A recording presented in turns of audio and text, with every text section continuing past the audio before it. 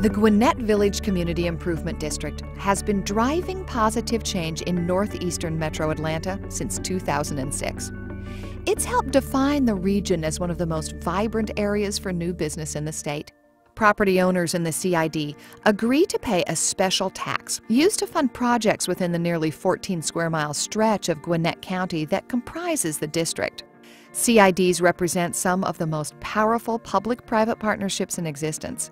They've been implemented across the country in cities like Denver, San Francisco, Houston, and New York to foster local investment in the revitalization of their regions. Well, the CID model restricts money to be spent strictly on infrastructure-type improvements, landscaping improvements, and security. So this keeps us focused. This keeps us focused straight on the things that affect businesses directly. All those factors help keep property values high, promote new development, and ensure the area continues to be an attractive location for new businesses.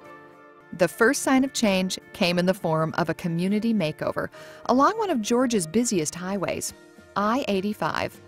The efforts of the CID make the area a much more attractive place to do business, but it also helps us leverage our investment. Hundreds of millions of dollars are invested by owners such as us in the area, and the efforts of the CID help improve those investments, quite frankly. As one drives off at the three exits from Jimmy Carter to Indian Trail to Beaver Ruin, a mighty change has occurred already.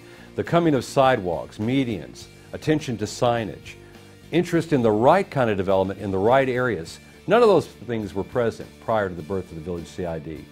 The long-term vision of the Gwinnett Village CID extends far beyond cosmetic highway improvements, all the way to the heartbeat of Georgia's economy, transportation. Because of the ability to tax themselves, they do bring dollars to the table, and that has helped with funding key studies. For instance, the light rail study in Gwinnett County, a very important study that was funded primarily, I believe, with CID money. I know there's a number of innovative transportation solutions that are being implemented in community improvement districts, such as the Divergent Diamond. That's a new concept for interstate interchanges, and we're really anxious to see how that's going to work. We've got some plans on the books to continue the transportation improvements, but it directly affects the businesses, because if you can't get to a place to do commerce, then you'll go on to a next place that's easier to go to. While the CID has focused a substantial amount of its resources on streamlining mobility for those traveling within the district, they've also made safety a top priority. One of the biggest advantages of having the CID is the security. Each year the security gets better and better. Crime goes down in the area, graffiti, all of those things. We also have a private security group made up of 4 private security officers that patrol overnight, anywhere from 10, 11 o'clock at night all the way to 4 and 5 in the morning. These guys are the eyes and ears of the area, and through those efforts, along with some of the graffiti removal, some of the code enforcement, we're now in our 5th year of double-digit crime reduction in the area. The Gwinnett Village CID is positioned for even more growth in the future, thanks to an innovative package of tax incentives.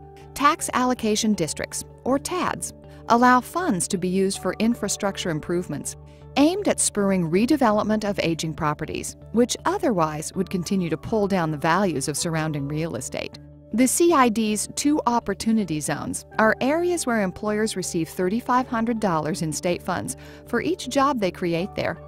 The combined effect has been more businesses coming to the Gwinnett Village.